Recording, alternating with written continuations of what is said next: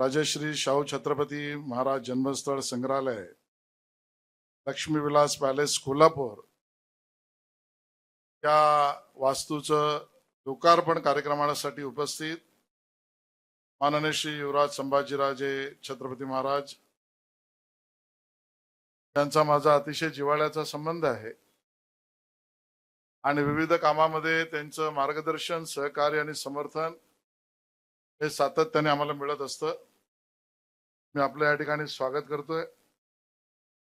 माननीय मालोजी राजे माजी विधानसभा सदस्य आणि ज्या आताच कोल्हापूरकर वासियांची सेवा करण्यासाठी तत्परतेने कामाला लागल्यात आणि मला त्यांनी सांगितलं पहिल्या 100 दिवसाचा कार्यक्रम मी ठरवला आहे आणि 100 दिवसामध्ये एकही दिवस मी सुट्टी घेणार नाही, कोल्हापूरकरांची सेवाच करणार अशा महापौर माननीय सौ रूपाराणी संग्रामसिंग निकमजी, आमचे सहकारी तेजस गर्गे, हेमंत दळवी, त्यांनी संग्रहालयासाठी प्रचंड परिश्रम घेतले असे इतिहासकार इंद्रजित सावंतजी, माझे मित्र, बरीच वर्ष माझ्या बरोबर पक्षाचं काम खांद्याला खांदा लावून करतायत असे प्रदेश सचिव भारतीय जनता पार्टी महेश जाधव, आमच्या मराठा महासंघाचे वसंतराव मुळीक,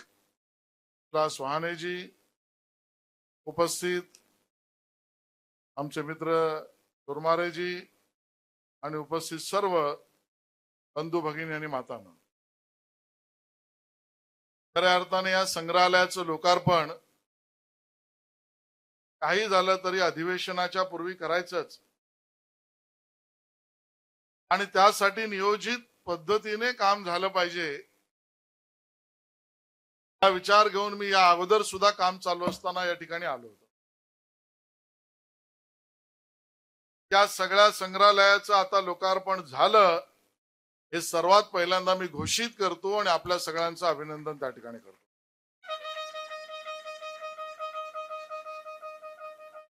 हे संग्रहालय ज्या ठिकाणी होत आहे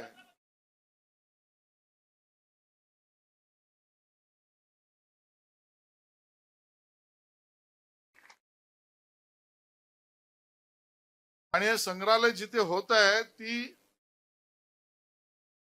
वास्तू जी आहे ती राजश्री शाहू छत्रपती महाराजांच्या जन्मस्थळाची वास्तू आहे. लक्ष्मी विलास पॅलेस आणि ज्या ठिकाणी आपण आता अभिवादन करून आलो ती जन्मस्थळाची जागा आणि त्या ठिकाणी हे संग्रहालय आमच्या समितीचे सर्व सदस्य इथे उपस्थित आहेत. मला मुद्दाहून उल्लेख करायचा आहे आमच्या जयसिंगरावांचा, त्यांनी कल्पना मांडली, संकल्पना केली, समिती स्थापन झाली आणि त्यासाठीचे परिश्रम सगळे केले. त्या सर्व समितीच्या सदस्य जयसिंगराव यांना सगळ्यांना मी मनापासून धन्यवाद देतो की आपल्या सगळ्यांच्याच सहकार्यामुळे किंबहुना नेतृत्वामुळे हे काम झाले. सुरुवातीलाच मला आमच्या सर्व सहकाऱ्यांचं अभिनंदन करायचं आहे. गर्गे आणि त्यांचे सर्व सहकारी यांनी यासाठी प्रचंड परिश्रम केले. हे संग्रहालय आणि वास्तू म्हणजे सामाजिक न्याय, समता आणि शिक्षणाला अर्पण संपूर्ण आयुष्य केलेल्या एका अशा विभूतीचं आहे की ज्यांचं कार्य तसं म्हटलं तर एका संग्रहालयात, एका वास्तूत राहूच शकत नाही, सामावूच शकत नाही. आणि मग असं म्हटलं जातं की एखादा साधक, साध्य आणि साधक या अवस्थेनंतर ज्या वेळेला आत्मिक प्रगती त्या देहाची होतो त्यावेळेला तो अवधानी होतो आणि अवधान अवस्था ही मानवाच्या आयुष्यामध्ये प्रचंड परिश्रमाने मिळते.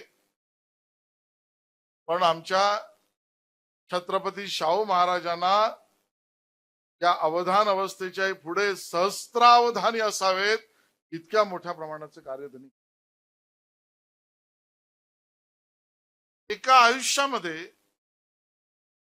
आमच्या राजांनी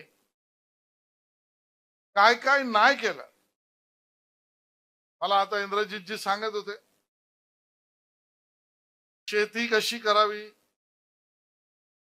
पर्यावरणाचं संवर्धन जतन कसं करावं, शिक्षणाची व्यवस्था कशी असावी, वर्तमानपत्र साहित्य निर्मितीला मदत केव्हा केव्हा करावी, जल व्यवस्थापन कसं असलं पाहिजे, वाहन व्यवस्थापन कसं असलं पाहिजे,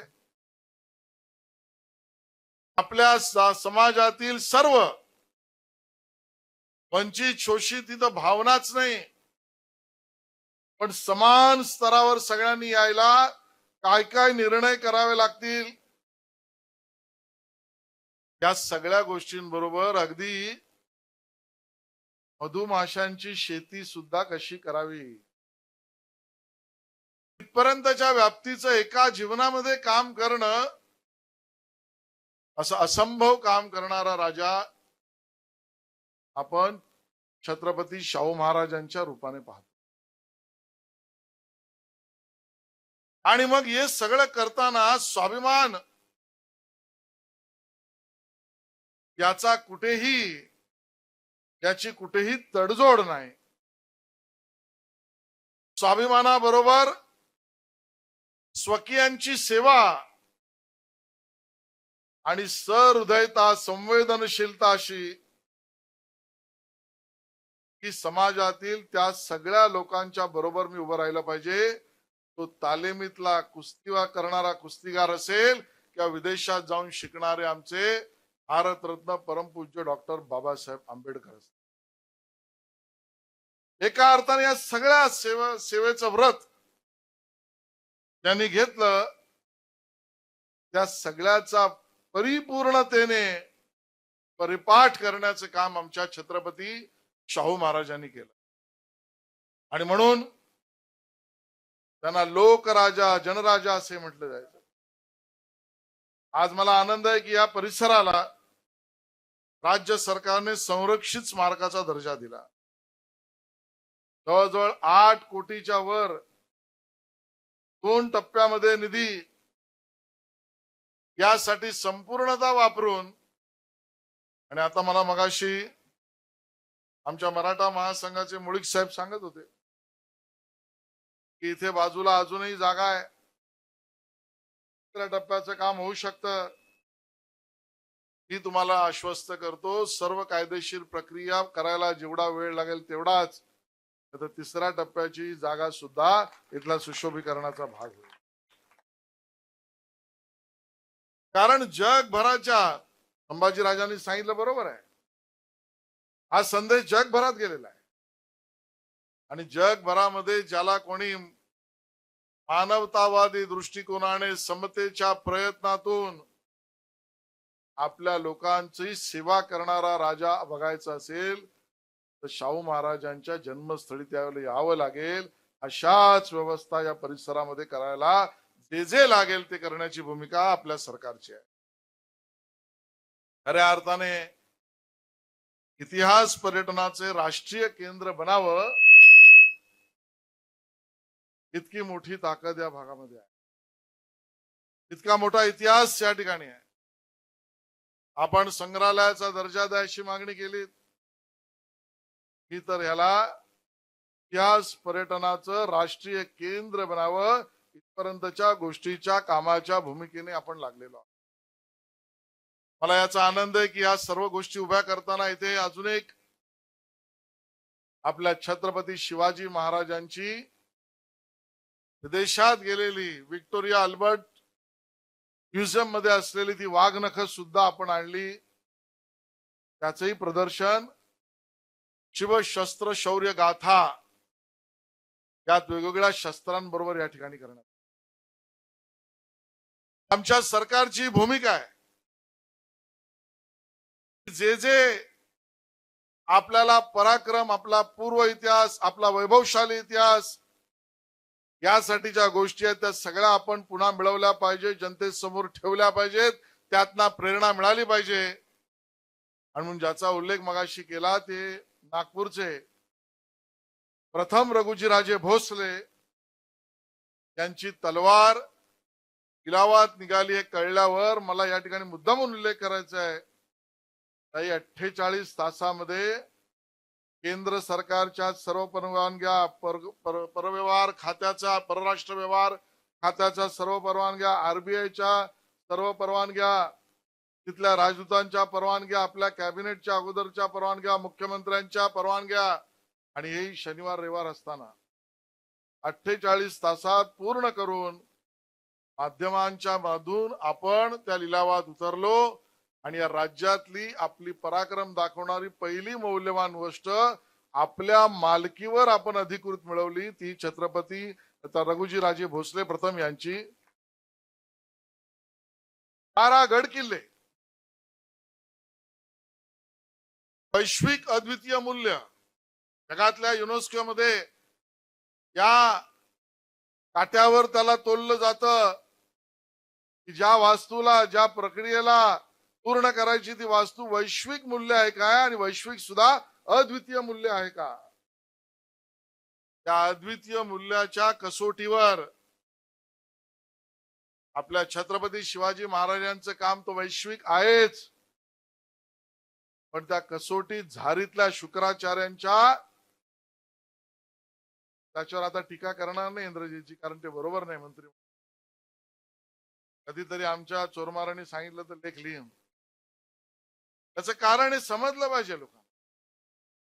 किती गतिरोधक आले आणि अजूनही जगाला छत्रपती शाहू महाराजांचे विचार का महत्वपूर्ण आहेत. भेदभाव न मानणारे, रंगभेद न मानणारे, विचारभेद न मानणारे, समतामूलक आजही वर्ल्ड युनेस्कोच्या कार्यालयात मी पाहिलेले आहे. त्या शिकवणीची गरज आहे. त्या सर्व गतिरोधातून 27च्या वर देशांनी एका वाक्यात सार्वजनिक सभेत मान्य केलं, करावं लागलं की आमच्या छत्रपती शिवाजी महाराजांचे 12 कडकिल्ले हे आता वैश्विक अद्वितीय मूल्य आहे, जागतिक वारसा आहे, हे आपण त्या ठिकाणी करू शकतो. आणि अशाच पद्धतीचं कार्य यापुढे करणं ही भूमिका घेऊन आम्ही कामाला लागलोय. मला कोल्हापूर वासियांचे धन्यवाद द्यायचे की कोल्हापूरच्या नागरिकांचा स्वभाव आहे ते जे उत्तम उदात्त उन्नत त्या सगळ्याच्या मागे उभं राहायचं. आणि म्हणून आमच्या हातून जर एक कार्य घडत असेल आणि जे खरंच सेवाभावी वृत्तीने आम्ही करतोय त्यामध्ये कोल्हापूर वासियांचा आशीर्वाद हा सगळ्यात आम्हाला महत्वाचा आहे. आता मी राजकीय भाषण ते करणार नाही, पण महापौर आमच्या निवडून आल्यात म्हणजे तुमचा आशीर्वाद आहेच. आणि मग असाच आशीर्वाद यापुढेही आपला राहील. पण एक वचन या पुण्यस्थळीच्या प्रांगणातून देतो. त्या ठिकाणी संभाजीराजे म्हणाले रायगडच्या परिसरातील केंद्रीय पुरातत्व ASI archaeological survey of India याच्या अखत्यारीत असलेल्या आपल्या महाराजांच्या किंवा संबंधित सर्व गोष्टींचा प्रदर्शनासाठीची आवश्यकता आहे. राजे शब्द देतो की ते पूर्ण केल्याशिवाय मी मागे हटणार नाही. आता तोपर्यंत मी मंत्री असलो पाहिजे, पण तरी काम करेन. आणि मग या सगळ्या गोष्टीत आपलं कार्य प्रामाणिकतेने करणं ही एक भूमिका घेऊन आम्ही काम करू. ते करताना आपल्या सगळ्यांचे वरिष्ठांचे, ज्येष्ठांचे, नागरिकांचे आशीर्वाद सातत्याने राहोत. आजच्या प्रसंगी एवढंच बोलणं संयुक्तिक आहे, कारण बराच वेळ झालाय. मी वेळेवर आलो होतो, मला सांगितलं थोडं उशिरा या, पण माझ्यामुळे उशीर झालेला नाही. आणि म्हणून या कार्यक्रमात आपण सगळे शेवटपर्यंत थांबलात. आपल्या सगळ्यांचं मनापासून धन्यवाद. जय हिंद, जय महाराष्ट्र.